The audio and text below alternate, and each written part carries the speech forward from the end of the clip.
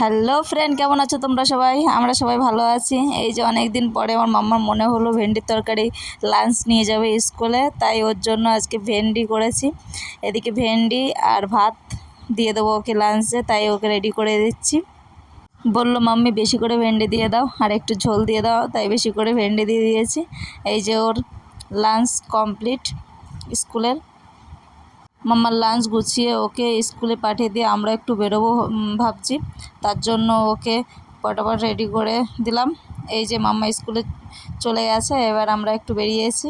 বেরিয়ে এবার egg pops order দিয়ে আমরা বসে আছি। আর এদিকে আমার ছেলে কি করছে দেখো, ও টেবিলে বাড়ি দিতে দিতে ওর হাতে লেগে গেছে একটু। আর এই যে এইখানে বিভিন্ন ধরনের পপস খাবার সব স্ন্যাক্স রাখা আছে। এই যে গল্প করতে করতে আমাদের এগ পপস চলে এসছে। এই যে ছেলে দেখে তো খুব হ্যাপি, এবার কতক্ষণে খাবে ও সেই চিন্তা। এই যে ওকেও খাওয়াচ্ছি, আমিও খাচ্ছি, আর ওর ড্যাডিও খাচ্ছে, তিনজনই খাচ্ছি আমরা। খেতে খেতে ভাবলাম ওকেও কিছু একটা অন্য কিছু খাওয়াই। তারপরে ভাবলাম ও আইসক্রিমের দিকে বারেবার তাকাচ্ছিলো, তার জন্য একটা আইসক্রিম নিয়ে নিলাম, তাই হালকা করে একটু গালে দিয়েছি। দেখে ওর অবস্থা, রিয়াকশান দেখো। যাই হোক, এখন এরকম খাচ্ছে, এরপরে খুব ভালোই খাচ্ছিল আইসক্রিমটা। এই যে আমাদের 80 টাকা বিল হয়ে গেছে। এদিকে পেমেন্ট করছে, জিজ্ঞাসা করছে আর কিছু নেবে? আমি বলছি না, আর কিছু লাগবে না। এবার চলো, মাম্মা বাড়ি আসলে ওকেও কিছু খাওয়াতে হবে, নাহলে আমরা খেয়ে গেছি, ও যদি জানতে পারে আবার কষ্ট পাবে। তাই ওর জন্য রেখে দাও, ও আসলে খাইও। এই বলতে বলতে বাড়ি চলে এসেছি। এসে আমার মাম্মা চলে এসে, মাম্মার বাস চলে এসছে, তাই মাম্মাকে নিতে এসেছি। ওই যে আমার মাম্মা নামছে বাস থেকে, ওর মুখে হাসি, কারণ আজকে আমি নিতে এসেছি তার জন্য। আসলে আমি নিতে আসি না ওকে খুব একটা, ওর ড্যাডিই আসে।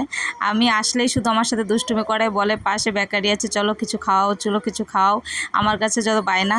তারপরে আমি বললাম না, আমি আজকে খাওয়াবো না, চলো অন্য এক সময় খাওয়াবো, পরে বিকালে ড্যাডি তোমাকে এনে দেবে। এই বলে ভালোভাবে বুঝিয়ে সুজিয়ে ওকে বাড়ি নিয়ে চলে আসছি। ও বললো মাম্মি আজকে স্কুলে একটা কাণ্ড ঘটেছে জানো। আমি কী? বলছে বাড়ি চলো দেখাবো। তাই বলতে বলতে দুজনে গল্প করতে করতে বাড়ি যাচ্ছি। আর এই যে এইখানে যাওয়ার সময় এখান থেকে বাসে উঠায়, আর ওই যে সামনে ওখান থেকে বাস থেকে নামাই। এই দেখো কাণ্ডটা কি, ও স্কুলে গিয়ে নাকি ফ্রেন্ডের সাথে খেলতে খেলতে পড়ে গেছে, তাই ওর হাঁটুতে লেগেছে, দেখো কালো হয়ে গেছে, তাই একটু জেল লাগিয়ে দিচ্ছি ওর কালো জায়গাটা যাতে একটু সেরে যায়। হেভি ব্যথা পেয়েছে মেয়ে। আর এদিকে দেখো ও পড়তে পড়তে কখন ঘুমিয়ে পড়েছে নিজেও জানি না। আমাকে বললো মাম্মি তুমি গোছাতে লাগো, আমি তো তখন একটু বই পড়তে লাগে। আমি ঠিক আছে পড়ো। আর এদিকে দেখো পড়তে পড়তে নিজেই কখন বই মুখের উপর রেখে ঘুমিয়ে পড়েছে। সারাদিন স্কুল টিউশন করতে করতে ও ক্লান্ত হয়ে গেছে। যাই হোক, এখানে ব্লগটা শেষ করছি, বাই।